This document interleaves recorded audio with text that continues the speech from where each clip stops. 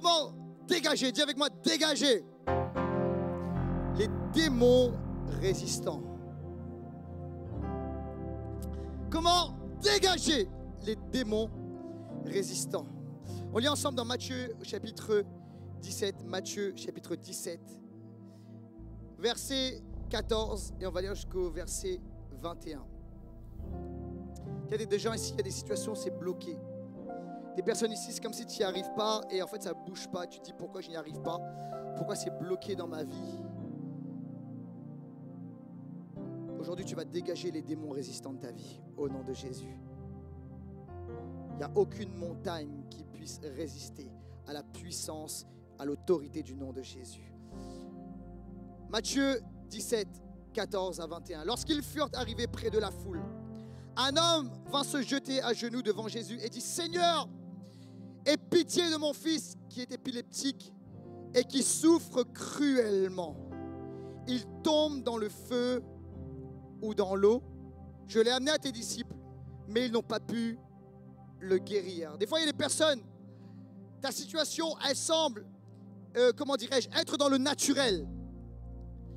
Et tu te dis, dans le naturel, j'ai cette condition, j'ai cette situation, j'ai cette épreuve et j'ai besoin d'une solution qui soit naturelle. Et la réalité, les amis, c'est que parfois la solution n'est pas naturelle. Le problème se manifeste dans le naturel, mais la source, le problème est surnaturel. Est-ce que quelqu'un me suit dans ce lieu? Jésus dit ceci: génération incrédule et perverse, répondit Jésus. Jusqu'à quand serai-je avec vous? Jusqu'à quand vous supporterai-je? Amenez-le-moi ici. Jésus menaça le démon. Oh, il semble que ce ne soit pas juste une maladie. Dis avec moi, Jésus menaça le démon qui sortit de l'enfant et celui-ci fut guéri à partir de ce moment-là. Alors les disciples s'approchèrent de Jésus et lui dirent en privé: pourquoi n'avons-nous pas pu chasser ce démon? C'est parce que vous manquez de foi, leur dit Jésus. Et je vous le dis en vérité, si vous aviez de la foi comme un grain de moutarde, vous diriez à cette montagne: déplace-toi d'ici, et elle se déplacerait et rien ne vous serait impossible. Cependant, écoutez bien ceci, cette sorte de démon ne sort que par la prière et par le jeûne. Cette sorte de démon ne sort que par la prière et par le jeûne. Sorry, not sorry, c'est la parole de Dieu. On se lève ensemble et on prie, s'il vous plaît. Seigneur, je te remercie pour ta parole dans ce lieu. Je te remercie parce que ta parole doit résonner dans les cœurs. Je prie qu'elle nous bouleverse, qu'elle nous change, qu'elle nous transforme, qu'elle nous impacte. Seigneur, que ce soit au-delà de la parole d'un homme, que ce soit la parole de Dieu qui vienne toucher les cœurs maintenant. Aide-moi à prêcher avec onction et précision. J'appelle et je déclare cela maintenant dans le nom de Jésus. Et ensemble, nous disons un grand Amen, Amen et Amen.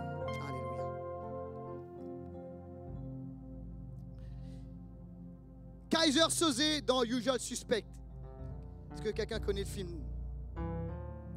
A donné une parole extraordinaire. Un des plus grands coups du diable est de faire croire qu'il n'existe pas. Un des grands coups du diable est de faire croire qu'il n'existe pas. Et on est dans une génération où pour certains, dès qu'on parle du diable, de démons, des trucs comme ça, wow, attention, on est en 2025, on est dans une société éclairée, on a vécu les lumières, etc. Tout ça, c'est pour des histoires de magie, etc. Ah, c'est pour des gens qui ne sont pas développés. La réalité, les amis, écoutez bien ceci. C'est que le gars qui vous parle n'a aucun goût particulier pour les démons et les choses comme ça. Ça, ils disent, ouais, mais t'es de la Réunion. Oui, mais j'ai grandi ici. Ok? Et je peux t'assurer que moi, c'est pas mon délire. Ok? Mais la vérité, et c'est la vérité, c'est que ces choses-là existent. J'ai été à l'école ici, j'ai été à la fac ici, j'ai grandi dans une société rationnelle, séculière, mais les puissances spirituelles existent bel et bien, les amis. Est-ce que quelqu'un me suit dans ce lieu? Un des plus grands coups du diable, un des plus grands pièges du diable est de faire croire qu'il n'existe pas, de faire croire que le tout est naturel et qu'il faut chercher dans le naturel des solutions pour des problèmes qui sont uniquement naturels. Mais la réalité, les amis, c'est qu'il y a des problèmes qui se manifestent dans le naturel, mais dont l'origine est surnaturelle. Est-ce que quelqu'un me suit dans ce lieu? Et il faut bien comprendre cela parce qu'il est possible qu'il y ait dans ta vie des blocages, des empêchements, des choses qui t'empêchent d'avancer. Et tu dis, je me bats avec ça et en fait, j'arrive pas à m'en sortir. Le problème, c'est que tu te bats peut-être dans le mauvais combat. Tu es sur le mauvais ring. Et le problème n'est pas le ring du naturel, mais tu dois entrer dans le ring du surnaturel. Est-ce que quelqu'un me suit dans ce lieu? Et certains, vous êtes là et puis tu es chrétien. Et je ne parle pas qu'à des personnes, je parle des personnes peut-être qui ne sont pas chrétiennes dans ce lieu. Mais il y a des gens, vous êtes chrétiens dans ce lieu. Et peut-être tu t'es dit, oh mais attends, moi je suis chrétien, j'ai fait la prière du salut. Et toutes les histoires de démons, ça ne me concerne pas, Laurent. Parce qu'à partir du moment où j'ai dit Jésus rentre dans mon cœur, il n'y a plus de problème démoniaque. Écoute-moi bien, je peux te dire ceci, c'est qu'il y a des chrétiens qui sont enchaînés parfois, non pas à cause, de la chair, mais qu'il y a des problèmes démoniaques. Et aujourd'hui, je déclare la liberté, la délivrance. Et les chaînes vont tomber dans le nom de Jésus. Je me souviens, j'avais 18 ans, 17-18 ans. Et je peux vous parler en toute transparence. J'aimais Jésus depuis l'âge de 13 ans. Baptisé du Saint-Esprit. Allant à l'église 4-5 fois par semaine. Je vous assure, c'est pas une blague. Investi à fond pour Jésus. Mais j'avais un problème dans ma vie. Et je me battais avec ça. C'est un problème par rapport à l'impureté. Et en fait, j'avais cette chaîne dans ma vie qui m'empêchait d'avancer. Puis j'aimais Jésus de tout mon cœur, mais j'avais cette chaîne. Et j'étais dans une espèce de cercle vicieux où je tombais. Je me relevais, je demandais pardon, je retombais. Seigneur, pardon, je vais te dire 1 semaine, 2 semaines, 3, je retombe. Et en fait, c'était constamment ce cercle vicieux. Et un jour, j'en avais tellement marre. Je dis, Seigneur, j'en peux plus. Libère-moi par rapport à cela. Et en fait, tu sais quoi? Le Seigneur m'a donné une parole. Il m'a dit ceci. Il m'a dit, commande à l'esprit d'impureté de sortir de ta vie. Oh! C'est pas possible. Moi, c'est pas ma théologie. Parce que, tu sais, à cette époque-là, je croyais qu'un chrétien ne pouvait pas avoir de problème avec tout ce qui touche aux démons. Et en fait, j'étais là tout seul, dans ma chambre. Je dis, de toute façon, il n'y a personne pour voir, personne pour me juger. Et je vais essayer. Alors, j'ai commencé à dire ceci. Au nom de Jésus, je te commande, esprit d'impureté, sors de ma vie. Le Saint-Esprit m'a dit, dis-le une deuxième fois. Je sens à l'intérieur de moi, le Saint-Esprit dit une deuxième fois. J'ai au nom de Jésus, esprit d'impureté, sors de ma vie. Le Saint-Esprit me dit, dis-le une troisième fois. Et alors là, je commande avec encore plus de conviction, au nom de Jésus, esprit d'impureté, sors de ma vie. Et les amis, au moment où j'ai dit ça, je vous assure, j'ai senti une puissance qui est sortie de moi. Et je ne suis plus jamais tombé dans l'impureté. Libéré. Les chaînes sont tombées à ce moment-là. Écoutez bien ceci. Le problème se manifeste dans le naturel, mais la source était surnaturelle. Il y a des personnes ici, dans votre vie, il y a des blocages, mais l'origine est surnaturelle. Alors c'est l'histoire d'un père qui amène son fils aux disciples de Jésus. L'enfant est terriblement tourmenté et ça se manifeste dans le naturel par des crises d'épilepsie. Mais le problème, c'est qu'il y a un démon impur, un esprit impur. La Bible nous dit que les disciples essaient de le délivrer, mais écoutez bien, ils échouent. Oh. Alors Jésus, qui était sur la montagne, la transfiguration, descend de la montagne et il chasse le démon. Plus tard, les disciples lui demandent, mais pourquoi on n'a pas réussi à le faire, Jésus? Quel était le problème? Et Jésus leur répond, cette sorte de démon ne sort que par la prière et par le jeûne. Et là, il y a des situations dans la vie, tu sais, où tu dis, il n'y a rien qui marche, j'ai l'impression. J'ai l'impression que tu as tout essayé, les méthodes, les conseils, les efforts humains, mais rien ne change. C'est comme un blocage. Et tu te dis, pourquoi ça ne bouge pas? Pourquoi je n'y arrive pas? Pourquoi? Et c'est exactement la scène qu'on découvre dans Matthieu 17. Un père désespéré, un fils qui souffre, des disciples qui sont impuissants. Et Jésus rentre dans l'histoire et tout change.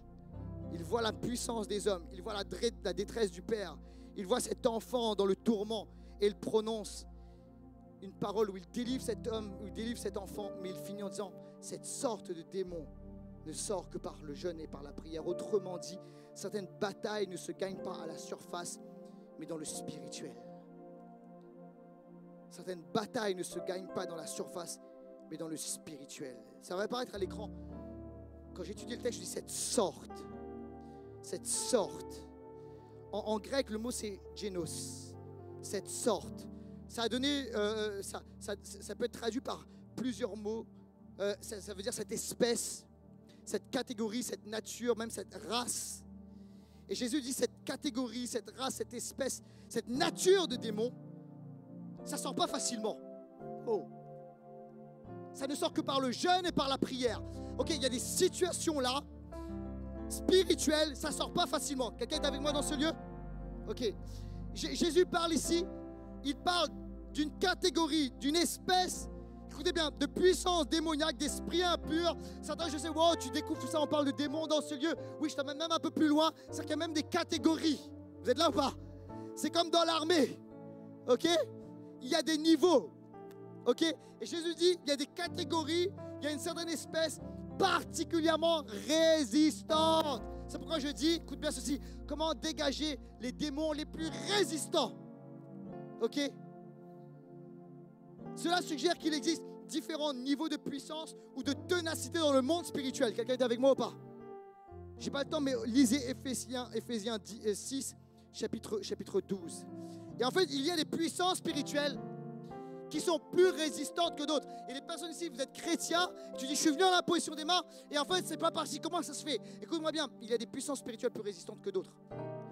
Mais aujourd'hui, je vais te donner une clé pour que tu sortes libre dans le nom de Jésus.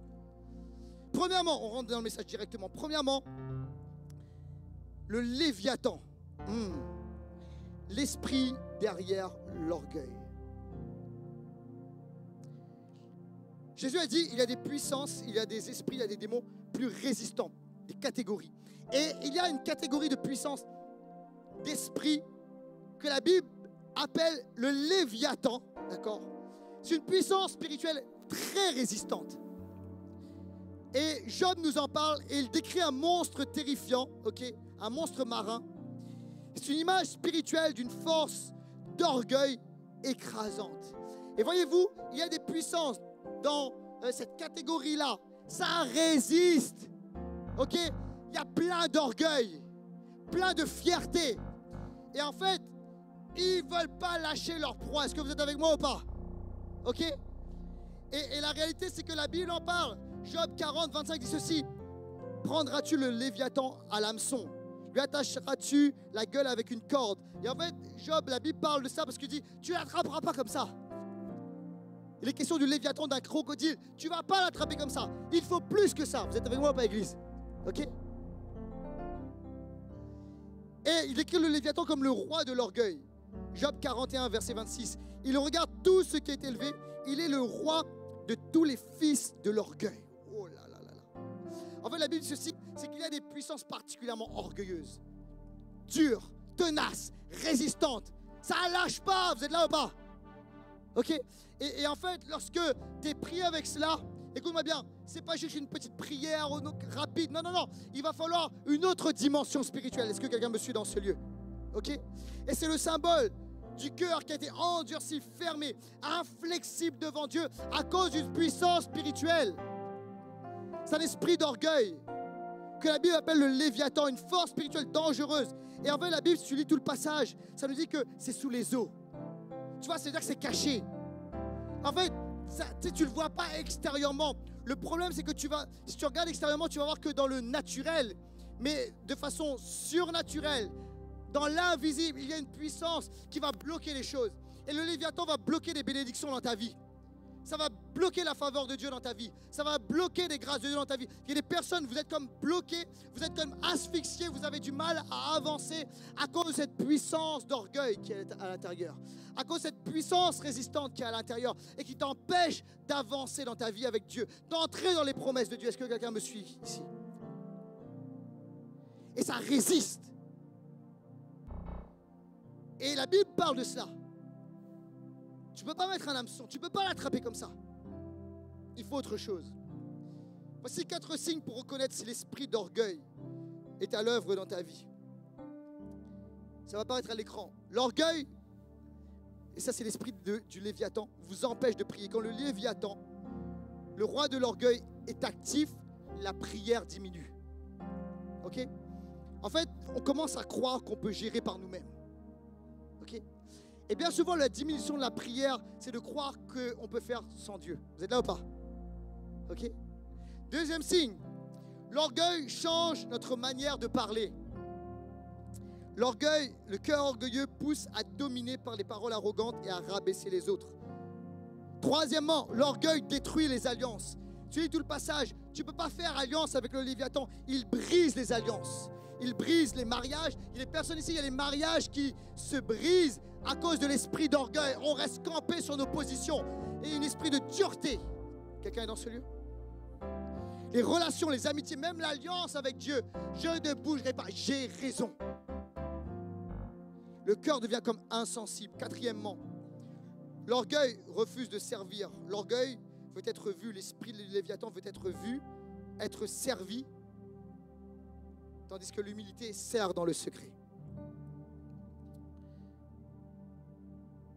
Et voyez-vous, c'est ce genre de puissance qui, comment dirais-je, sont des puissances résistantes.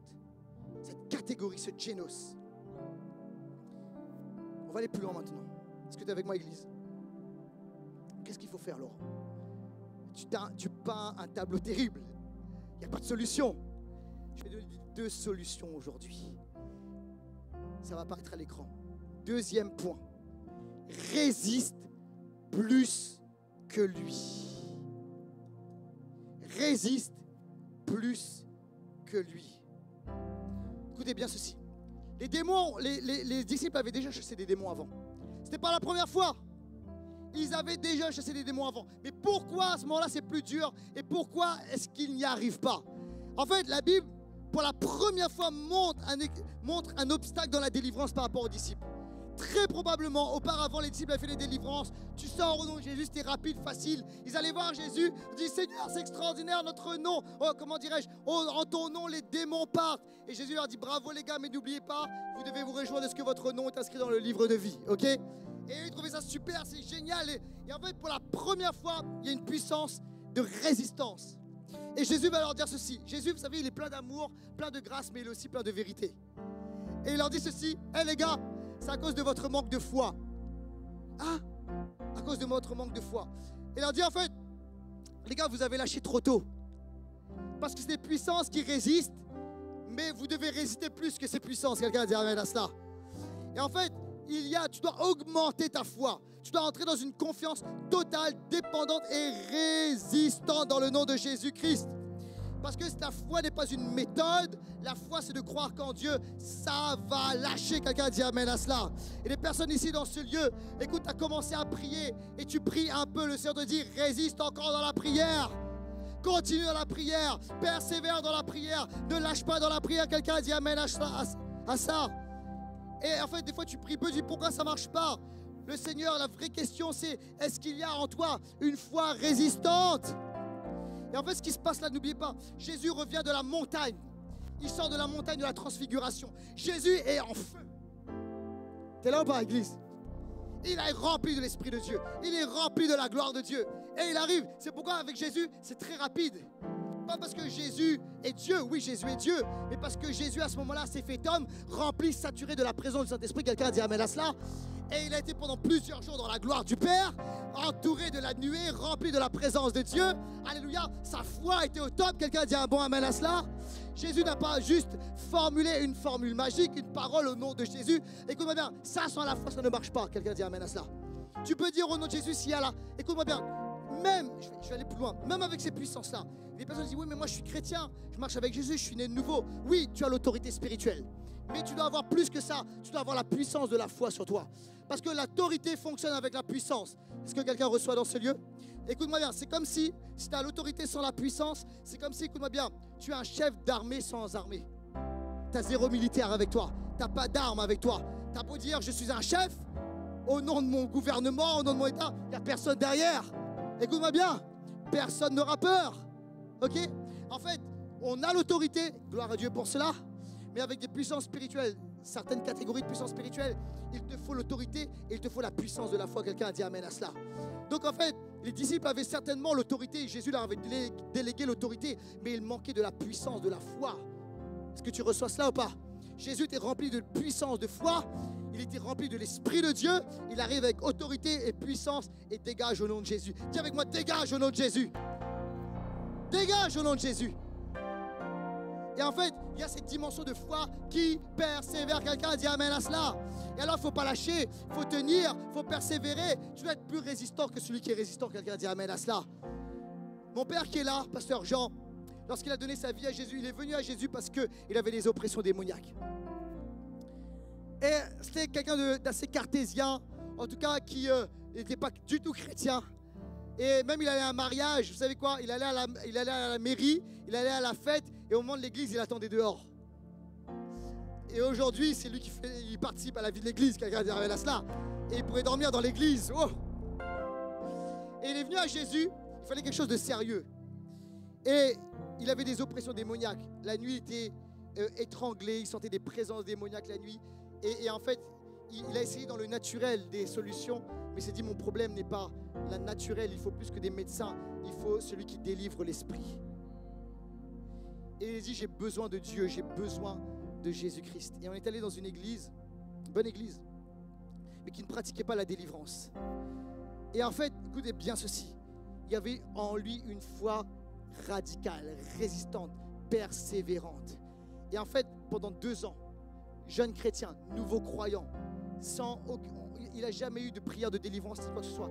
Tout seul, il a dit, je vais résister à ces puissances qui m'agressent et qui m'oppressent. Et il a tenu dans la prière, il s'est positionné dans la prière, il a déclaré la parole de Dieu, il a déclaré la puissance, l'autorité du nom de Jésus. Quelqu'un a dit amen à cela. Pendant 2 ans, il n'a pas lâché. Non, ça n'a pas duré 2 jours. Non, ça n'a pas duré 2 semaines. Non, ça n'a pas duré 2 mois. Ça a duré 2 ans. Et pendant 2 ans, il a combattu. Pendant 2 ans, il s'est tenu dans la présence de Dieu. Pendant 2 ans, il bombardait en langue. Pendant 2 ans, il ne lâchait pas. Quelqu'un a dit amen à cela.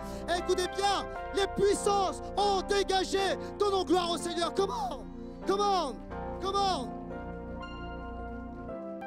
Écoute-moi bien, des fois l'ennemi résiste, mais il ne résistera plus. Quelqu'un dit amen à cela. Écoute bien, exemple, Pharaon. Pharaon en Égypte a résisté un temps, ok? Le Seigneur a dit délivre mon peuple par l'intermédiaire de Moïse. Il a dit non, il a résisté. Écoute-moi bien, et vous savez ce qui s'est passé? Dieu a résisté plus que lui. Dieu s'est opposé à sa résistance, amen. Et en fait, des fois, tu sais quoi? On s'arrête au premier non. Non, je ne laisserai pas partir. Et on arrête. Tu t'es arrêté trop tôt de prier, mon ami. Reprends la prière d'autorité dans le nom de Jésus-Christ. Alléluia. Et tu dois encore bombarder. Et écoute-moi bien, lorsque tu te positionnes, tu sais ce qui se passe? Spirituellement, tu es en train d'envoyer des plaies à Satan. Toi, tu crois que c'est Satan qui t'attaque et toi, tu es en train de le frapper. Tu es en train d'envoyer des plaies à Pharaon, des attaques à Pharaon. Quelqu'un a dit amen à cela. Et des personnes, écoutez bien, certains, il y a des gens qui ont arrêté d'aller dans l'église parce que tu t'es arrêté trop tôt. Tu dois continuer. Quelqu'un a dit amen à cela. La première plaie que tu dois envoyer à Satan, c'est que tu dois recevoir Jésus comme ton sauveur et ton Seigneur. Il y a des personnes dans ce lieu, il n'y a pas Jésus dans ta vie. Tu es une proie facile. La première plaie que tu dois envoyer à ton adversaire, c'est de recevoir le plus grand des sauveurs, le plus grand des seigneurs. Son nom est Jésus-Christ. Il est au-dessus de toutes les puissances des ténèbres. Il a vaincu à la croix Satan, les démons, la mort, le péché, la maladie, la pauvreté, les ténèbres. Il est ressuscité d'entre les morts. La deuxième plaie, c'est que tu dois t'engager avec Jésus par les eaux du baptême. La troisième plaie, c'est que tu dois rejoindre une église locale. La quatrième plaie, c'est que tu dois te tenir dans la prière. La cinquième plaie, étudie et déclare la parole de Dieu. La sixième plaie, brise les malédictions dans ta vie par la puissance du sang de Jésus. Alléluia. La septième plaie, abandonne ton péché et vis dans la repentance. Quelqu'un a dit amen à cela. La huitième plaie, entre dans le jeûne et dans la prière. Et lorsque tu fais ça, écoute-moi bien, tu envoies des plaies à Satan, tu envoies des plaies au pharaon spirituel. Et au bout d'un moment, il dit, je laisse aller. Est-ce que quelqu'un reçoit dans ce lieu? C'est pourquoi Jésus dit, cette sorte de démon ne sort que par le jeûne et par la prière. Envoie-lui des plaies. Bombarde! Esther, ça apparaît à l'écran, Esther a combattu. Amant qui avait un esprit de mort et d'antisémitisme. Hein, comme un peu ici en ce moment. Je ferme la parenthèse.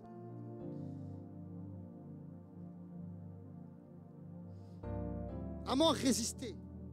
Il ne supportait pas le peuple juif. Mais écoutez bien, Esther a été positionnée pour la résistance spirituelle. Tu es appelé à être un résistant, une résistante spirituelle dans le nom de Jésus. Esther a résisté encore plus qu'Haman dans le jeûne et dans la prière.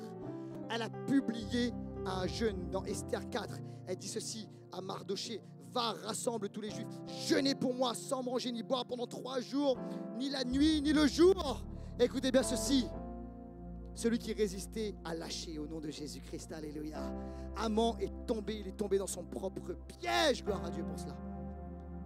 Par le jeûne et par la prière. Alléluia. Daniel, autre exemple. Daniel affronte une résistance démoniaque réelle.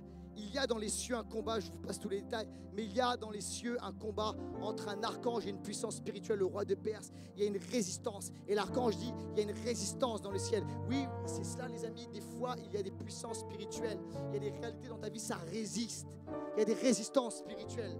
Mais la percée céleste vient après 21 jours de jeûne et de prière. L'archange dit, au bout du 21e jour, waouh, il y a une percée. Et ta résistance a renversé le résistant. Quelqu'un dit amen à cela. Jésus lui-même, pendant 40 jours et 40 nuits, il a pratiqué le jeûne. Écoutez bien ceci, Satan lui-même, le Léviathan, le serpent ancien, le crocodile, est venu vers Jésus, celui qui est le roi des fils de l'orgueil. Il est venu vers Jésus. Écoutez bien, quel toupet. Et il vient vers Jésus, il le tente une fois. Il continue 2 fois. Jésus répond par la parole. Il est rempli de l'esprit. Il a le jeûne, il a la prière. Il déclare la parole de Dieu. Et 1 fois, 2 fois, 3 fois. Et au bout de la 3e fois, regardez ça. Et c'est au bout de la 3e fois qu'il dit, maintenant, arrière de moi, dehors, dégage, dégage. Il l'expulse. Mais il y a eu un temps, regardez bien, même Jésus, un temps où il a résisté et après il l'a dégagé. Vous êtes là ou pas? Et les personnes là, vous êtes enchaînées. Écoutez bien ceci. Le Seigneur te dit ceci, mon ami, c'est le moment de reprendre la résistance spirituelle. C'est le moment de renvoyer des plaies dans la figure, dans la face de Satan, dans la face du Léviathan, dans la face de cette puissance spirituelle qui te harcèle, qui te bloque, qui te pèse, qui t'amène dans toutes sortes de déchéances et de problèmes dans le nom de Jésus. 3e et dernier point, et je finis avec cela. 3èmement, et là je te donne la clé la plus importante, la stratégie du combat. La clé du combat, écoute bien ceci, c'est d'affamer le monstre. Tu dois affamer le monstre. Tu sais quoi? Tu sais, s'il n'y a plus rien dans une maison, ok? Il n'y a plus rien dans le frigo, il n'y a pas de meubles, il n'y a rien du tout, il y a le froid qui rentre, etc. Je peux te dire que les squatteurs vont partir. Il n'y a aucun intérêt pour eux de rester. Vous êtes là ou pas? Pas d'électricité, pas d'eau, rien du tout. Les squatteurs vont partir. Ok? Et en fait, le problème, c'est que tant qu'ils trouvent de la nourriture, tant qu'ils trouvent un confort, ils vont rester. Et la clé là, c'est d'affamer le monstre. Cette puissance spirituelle, ces démons sont des monstres qui mangent ce qu'on leur donne. Et tu sais, dans la guerre, il y a une stratégie, c'est de faire le siège d'une ville. Lorsque tu fais le siège d'une ville, tu vas bloquer tout ravitaillement. Tu fais en sorte que l'armée qui est à l'intérieur ne puisse pas recevoir ni nourriture, ni aide, ni quoi que ce soit. Et tu bloques tous les accès, tu bloques tout ravitaillement. Pourquoi? Pour que ceux qui sont à l'intérieur sortent. C'est de là ou pas? Et en fait, écoute bien ceci. Spirituellement, parfois, l'ennemi est trop confortable chez toi. Il y a trop à manger. Tu lui dresses trop la table. Et il est temps maintenant d'affamer le monstre. Et vois-tu, le jeûne et prière, la prière et le jeûne, c'est une arme qui va affamer le monstre de l'orgueil, de la dureté, de la résistance. Ce qui caractérise le plus les ténèbres, Les démons, c'est l'orgueil. Ils ne veulent pas perdre du territoire. Profondément orgueilleux. Et en fait, si tu leur donnes de l'orgueil, ils vont en manger. Par contre, écoute-moi bien. Si tu arrives avec des armes d'humilité, ils n'auront plus rien à manger. C'est pourquoi Jésus a dit ceci. Il a dit, cette sorte de démon ne sort que par le jeûne et par la prière. Pourquoi? Pourquoi le jeûne et par la prière? Pourquoi le jeûne et la prière? Écoute bien ceci. La prière, c'est la dépendance active, la respiration à Dieu. Par la prière, en fait, on est en train de dire, Seigneur, je ne dépends pas de mes propres forces, je dépends de toi. Et en fait, plus quelqu'un est dépendant de Dieu dans la prière, plus il est en train de dire, je ne dépendrai pas ni de mes œuvres, ni de mes forces, ni de mes capacités, ni de rien de tout cela. Je vais dépendre de la grâce de Dieu. Et en fait, on est dans une posture d'humilité à ce moment-là. Les genoux fléchissent. Quelqu'un dit amen à cela. Lorsqu'on adore le Seigneur comme on vient de le faire, lorsqu'on glorifie son nom, écoute-moi bien, on est en train d'affamer littéralement le monstre de l'orgueil. Parce qu'on ne lui donne plus rien à manger. On est en train, au contraire, de dire, Seigneur, je dépends de toi. Je dépends de toi. Et vous savez quoi? Lorsqu'on dépend de notre force, lorsqu'on dépend de nos capacités, lorsqu'on est en train de donner la fierté et on nourrit l'ennemi. Le jeûne, c'est quoi? Le jeûne, c'est l'acte de se dire, tu n'es pas roi, je ne suis pas roi. Et Dieu, je dépends de toi. En fait, écoute bien ceci, le jeûne ne change pas Dieu. Des fois on dit, je vais jeûner et Dieu va... Non, Dieu va changer. Non, il va changer ses intentions, je vais obtenir des choses de Dieu. Le jeûne ne change pas Dieu, il change ton cœur. Et écoute-moi bien, par le jeûne, tu brises ce que le Léviathan a construit à l'intérieur. La suffisance, la dureté, la résistance à Dieu, toutes ces choses-là.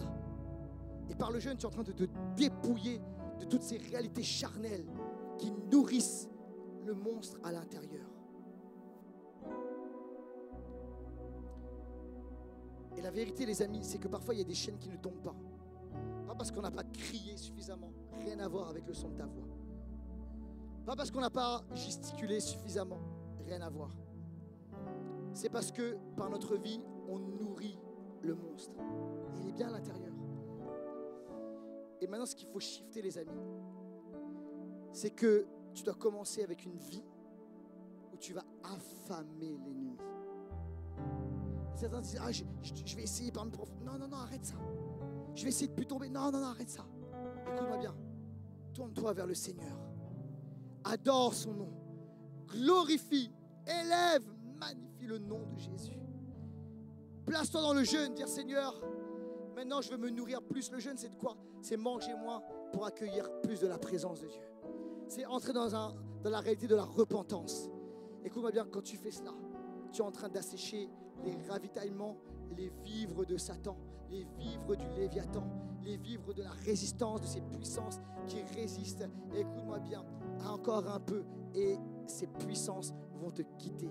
Elles te lâcheront. Elles ne te suivront plus dans le nom puissant et glorieux de Jésus. Quelqu'un a dit Amen.